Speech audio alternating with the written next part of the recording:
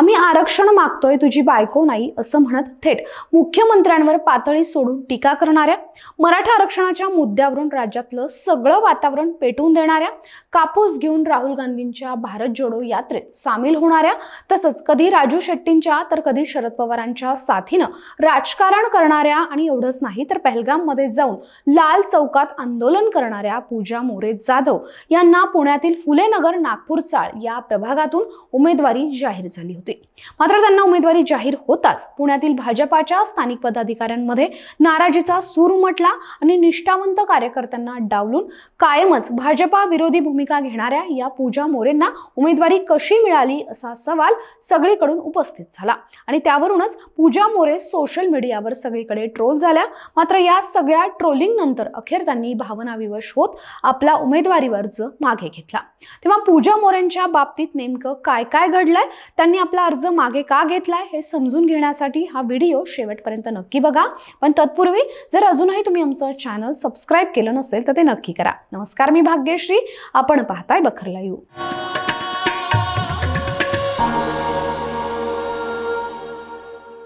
तर मंडळी, जर आपण पूजा मोरेंचा आजवरचा प्रवास बघितला तर त्या एका सामान्य शेतकरी कुटुंबातून आलेल्या, छत्रपती संभाजीनगरमध्ये झालेल्या मराठा क्रांती मोर्चाच्या माध्यमातून त्या प्रकाश झोतात आल्या। तेव्हा या मोर्चा दरम्यान त्यांनी केलेलं भाषण विशेष गाजलं होतं।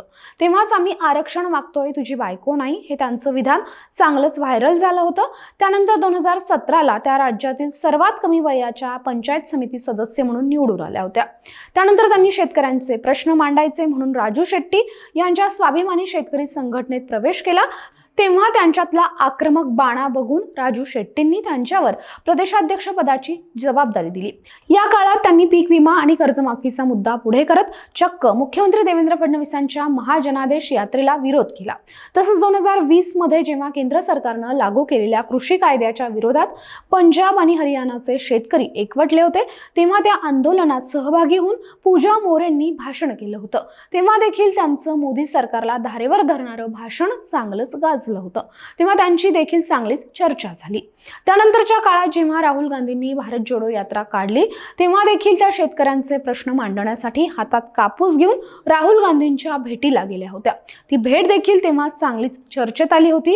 हा त्यांचा आक्रमक बाणा बघता 2023 मध्ये शरद पवारांनी त्यांना आपल्या पक्षात सामील करून घेतलं।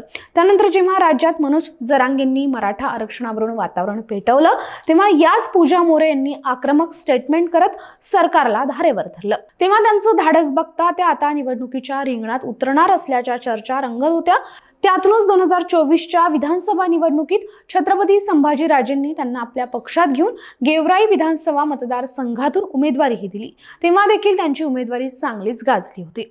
मात्र आपल्या संपूर्ण राजकीय प्रवासात कायमच सरकार विरोधी आणि भाजपा विरोधी भूमिका घेणाऱ्या पूजा मोरेंनी छत्रपती संभाजी महाराजांच्या स्वराज्य पक्षाचे सरचिटणीस असलेल्या धनंजय जाधव यांच्याशी लग्न केलं आणि विवाहानंतर देखील त्यांनी आपली आक्रमक वृत्ती कायम ठेवली। त्यातूनच त्यांनी पहलगाममध्ये झालेल्या दहशतवादी हल्ल्याच्या निषेधार्थ लाल चौकात आंदोलन केलं। तेव्हा देखील त्यांचं पर्यटकांना त्यांचा धर्म विचारून ठार मारण्यात आलं हे साफ खोटं आहे। दहशतवादाला धर्म नसतो असं विधान केलं, ज्यात त्यांनी सत्ताधाऱ्यांवर थेट निशाणा साधला होता। तेव्हा देखील त्यांची ती व्हिडिओ क्लिप चांगलीच व्हायरल झाली होती। म्हणूनच आता जेव्हा पुणे महापालिका निवडणुकीत त्यांना भाजपाकडनं उमेदवारी मिळाली, तेव्हा त्या त्यांच्या आधीच्या भाजपा विरोधी विधानांमुळे चांगल्याच ट्रोल झाल्या आणि एवढ्या कट्टर भाजपा विरोधी व्यक्तीला भाजपाकडून तिकीट मिळालंच कसं असा प्रश्न उपस्थित झाला। त्यामुळे आता सोशल मीडियावर व्हायरल होत असलेले त्यांचे जुने व्हिडिओज आणि त्यातून त्यांना होत असलेला विरोध बघता त्यांनी स्वतः एक व्हिडिओ पोस्ट केला, ज्यात त्यांनी विरोधक मुद्दामून आपला अपप्रचार करतायत असं सांगितलं। तसंच मी हिंदू आहे, त्यामुळे माझे पती धनंजय जाधवांना परमेश्वर मानून त्यांच्या विचारांशी जुळून घेत हिंदुत्वासाठी काम करणारे, तेव्हा भाजपाने आणि संघ परिवाराने मला आपल्याला सामील करून घ्यावं असं म्हणत त्यांनी आपली भूमिका मांडली होती। मात्र तरी देखील त्यांचा आजवरचा भाजप विरोधी प्रवास, फडणवीसांबद्दलचे अपशब्द, सरकारला धारेवर धरण्याची भूमिका आणि त्यानंतर उमेदवारीसाठी अचानक त्यांनी घेतलेली हिंदुत्ववादी भूमिका बघता पूजा मोरे जाधव यांची उमेदवारी विशेष चर्चेचा मुद्दा राहिली। म्हणूनच भाजपच्या स्थानिक पदाधिकाऱ्यांकडून त्यांना कडाडून विरोध झाला। तेव्हा विरोधकांनी ओढलेले ताशेरे, भाजपा पदाधिकाऱ्यांकडून होत असलेला अंतर्गत विरोध, त्यांच्या उमेदवारीनंतर भाजपा कार्यकर्त्यांमध्ये पसरलेली नाराजी, या सगळ्या गोष्टी बघता उमेदवारी अर्ज भरल्याच्या दुसऱ्याच दिवशी त्यांच्यावर आपला अर्ज मागे घेण्याची नामुष्की उडवली। त्यानंतर अखेर त्यांनी आपल्या प्रभागातील लोकांची माफी मागून भावनाविवश होत आपला उमेदवारी अर्ज मागे घेतला। हा अर्ज मागे घेतला त्यांनी आपल्यामुळे पक्ष नेतृत्वाला त्रास होऊ नये म्हणूनच मी अर्ज मागे घेतेय, तरी देखील मी संघ विचारांशी जुळवून घेत भाजपाच्या सर्व उमेदवारांचा प्रचार करणारे, तसंच संघाने मला समजून घेतलंय, आता मी देखील संघ समजून घेणारे आणि कायमच भाजपाची कार्यकर्ती म्हणून काम करणारे अशी भूमिका मांडली। तसंच यावेळी बोलताना त्यांनी मी 8 महिन्यांपूर्वी आली आहे आणि निवडणूक लढवतीये, ही गोष्ट इथल्या प्रस्थापितांना सहन झाली नाही। आपल्या विरोधात उभ्या असलेल्या उमेदवारांनी आपला अपप्रचार केला, त्यांनी माझ्या विरोधात व्हिडिओज बनवले आणि त्याचाच अपप्रचाराचा बळी मी ठरले, म्हणून आपल्याला अर्ज मागे घ्यावा लागलाय असं म्हणत त्यांनी विरोधकांवर ताशेरे ओढले आणि अखेर पूजा मोरे जाधव उमेदवारीबद्दलच्या नाट्यमय घडामोडींवर आज पडदा पडला। तेव्हा आता पूजा मोरेंबाबत घडलेल्या या नाट्यमय घडामोडींबद्दल आणि त्यांच्या यापूर्वीच्या आणि सध्याच्या या भूमिकेबद्दल तुम्हाला काय वाटतं? तुमची मतं आणि प्रतिक्रिया मला कमेंट करून नक्की सांगा। हा व्हिडिओ आवडला असेल तर लाईक, शेअर आणि सबस्क्राईब नक्की करा। धन्यवाद।